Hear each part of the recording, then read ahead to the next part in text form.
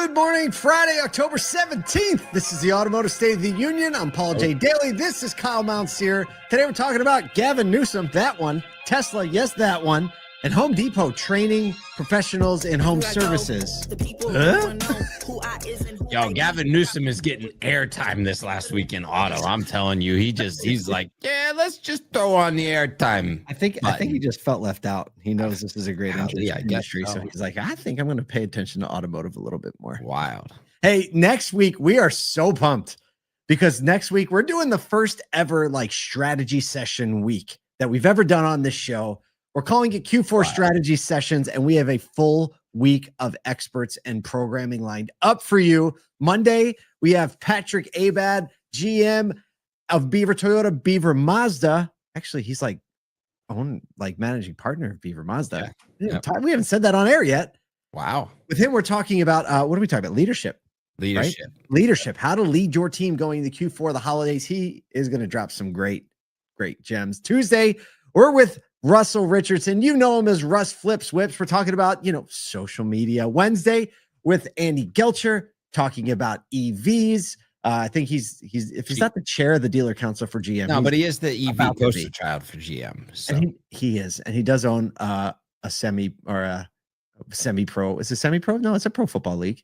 Yeah, pro football league. Yeah, they pay those guys. Wow.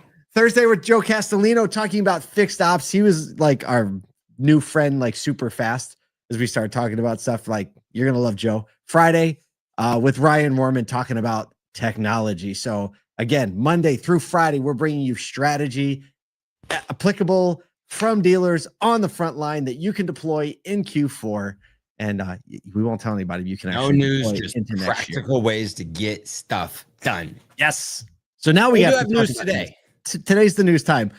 Gavin Newsom, speaking of Gavin Newsom, I don't know. California dealers were ready for a long overdue bump to their doc fee cap, but Gavin Newsom hit the veto button as governor just a week after tightening dealership disclosure rules with the new Cars Act. The postponed bill would have raised the $85 doc fee to up to 1% of the sale price with a maximum of $260. Newsom said no, citing affordability for consumers in an already pricey state. Why is the state pricey, Kyle? Dealers argue new transparency rules in the Cars Act will increase their workload, not lighten it, which is true.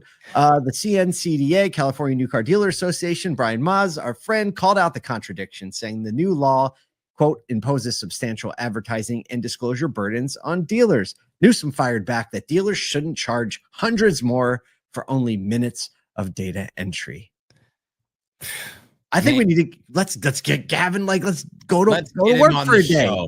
Let's get him on the show. He can say anything he wants, unless I don't agree. No. First of all, the thing you said was really funny. In the middle of that, I caught it. Second is I thought that they had gone too far with not giving antiques special treatment with all the emission stuff. That was too far. This is a little bit wild. Also, not just that, but the doc fees in California are already capped. There's only, I think, 4 states in the country that cap your doc fees. Yep. And for them to only be $85 is pretty wild. He is looking at it so straight line from a data entry perspective. This is an overhead covering operation. It happens in all major businesses. I would love to see what home and mortgage and retail mortgage. We know what origination fees are. Origination fees, right? I mean, it's the same exact thing. And this is something that is mind-boggling that you would put in right after saying, hey, look, you get to do more. So I'm just calling it like I see it. Spade's a spade. This is crazy. Yeah.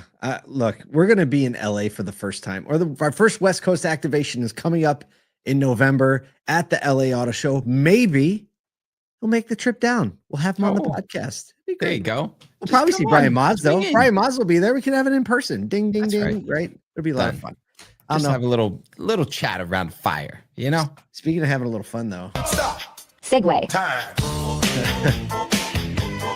Never one to dodge controversy while under multiple investigations for driver assistant tech. Tesla has decided to lean into the chaos, literally by reintroducing, quote, Mad Max mode in its latest full self-driving supervised update.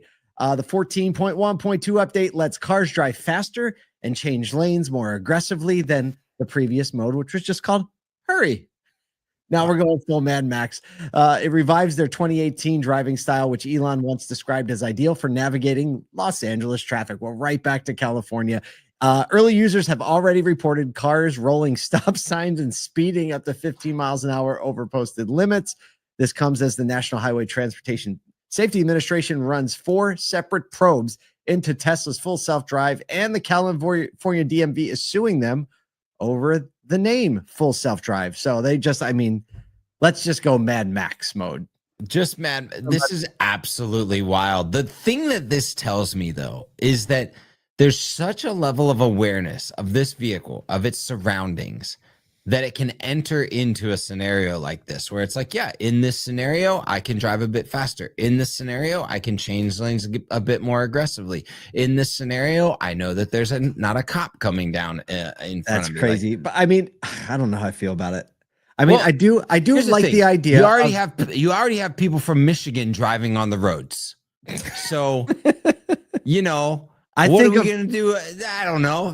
Rolling stop signs, Mad Max mode, basically same rolling. Difference. Well, in some places, literally, if you're not in Mad Max mode, you will if you're a conservative driver, you cannot drive in New York City. You're done. You will actually more dangerous. I totally get that. That argument gets me to kind of understand it a little bit.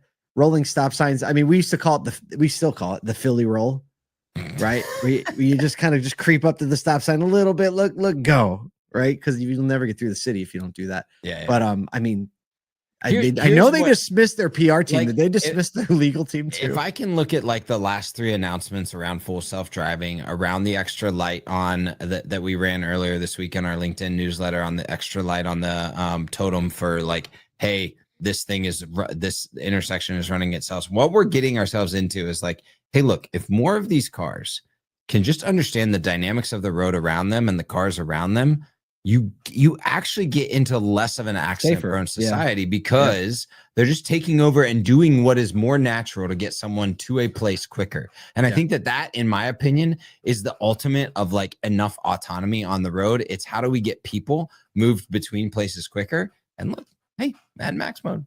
Speaking of moving people between places quicker. There you go. You did a good one. You didn't even realize it. Strong Friday closeout. As the skilled labor gap is growing, the Home Depot's been doing a lot recently, is rolling up its sleeves with Path to Pro, a nationwide program offering free training and connections to jobs in construction and the trades. You can go to pathtopro.com, and it lays out career paths and resources for anyone interested in the skilled trades. The free on-demand skills program offers virtual training in English and Spanish with no cap on enrollment, just wide open.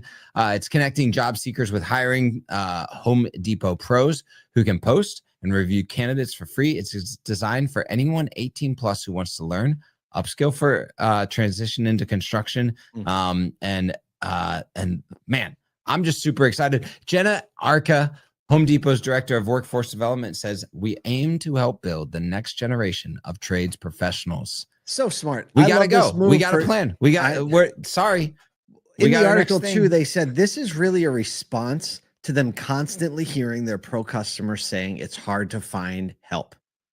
They were hearing it at the cash registers. They were hearing that when they surveyed them, and they were like, we can help. What is that? You can do it. We can help. It's the same. I've been hearing that in our industry.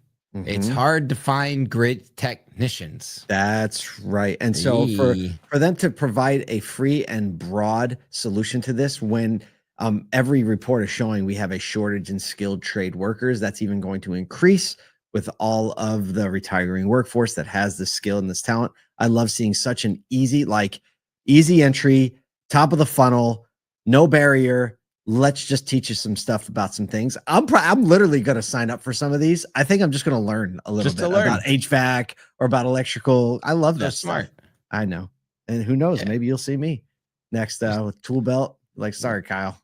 Oh, back in the service business. Gone. Back in the service business. Listen, make sure you join us. Put it on your calendar. Subscribe to the audio version of this podcast. We have a full lineup for you next week. Patrick Abad, Russ Richardson, Andy Gelcher, Joe Castellino, Ryan Norman. Have a great weekend. Boom, got it. can leave it right.